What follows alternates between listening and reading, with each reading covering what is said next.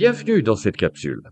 Si tu vas mettre en œuvre un projet dans le but de répondre à une situation problématique et de proposer des solutions génératrices d'impact à long terme, la phase qui précède la mise en œuvre est certainement la plus importante. Sans rentrer dans les détails, il te faudra 1. Obtenir une très bonne connaissance du contexte.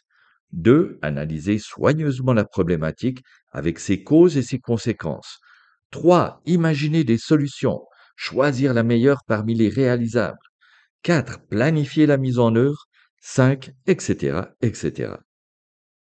Une fois que tu as cerné ton contexte et déterminé la problématique centrale, tu peux utiliser ces trois outils méthodologiques en séquence et de forme intégrée pour décrire la situation en analysant et décortiquant la problématique, utiliser le cadre logique pour poser les bases de ta stratégie d'impact et son évaluation, utiliser le Super Canvas pour modéliser la solution dans son environnement. Pour l'analyse de la problématique centrale, tu devras 1. Dans un sens, chercher les causes premières, les décortiquer en sous-causes et ainsi de suite jusqu'aux causes racines. À chaque niveau, utilise la question «Oui, mais pourquoi?» comme le ferait un enfant très curieux de 3 ans. Dans l'autre sens, cherche les conséquences puis les conséquences des conséquences sur quelques niveaux en te posant la question récurrente. Ok, et alors? Comme le ferait un adolescent de 15 ans. La transformation de l'arbre des problèmes en arbre des objectifs se fait en reformulant chaque cause, problème et conséquence en sa version positive, c'est-à-dire résolue. C'est une action simple mais très puissante. En premier, tu pourras placer tes idées de projet aux racines de l'arbre.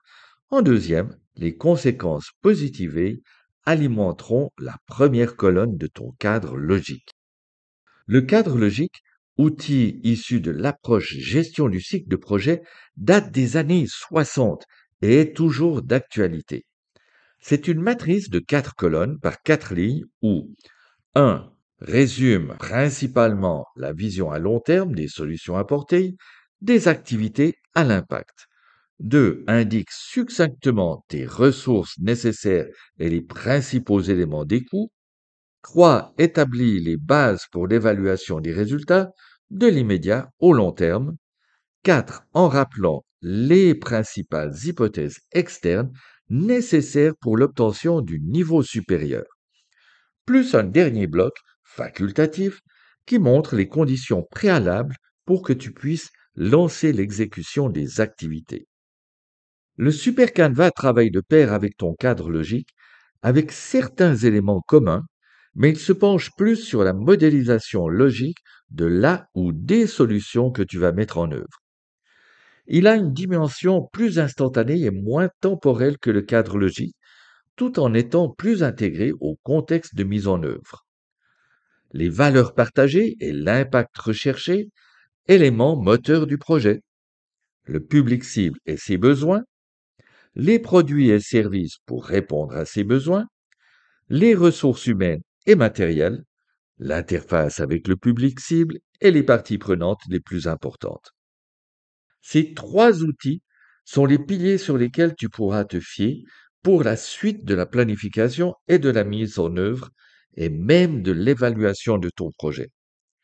Si cette base n'est pas solide, alors tu cours le risque de construire un projet en forme de château de sable à quelques mètres de vagues de l'océan. Tu trouveras via ces codes QR ou les liens équivalents les accès à plusieurs ressources sur chacun de ces trois outils.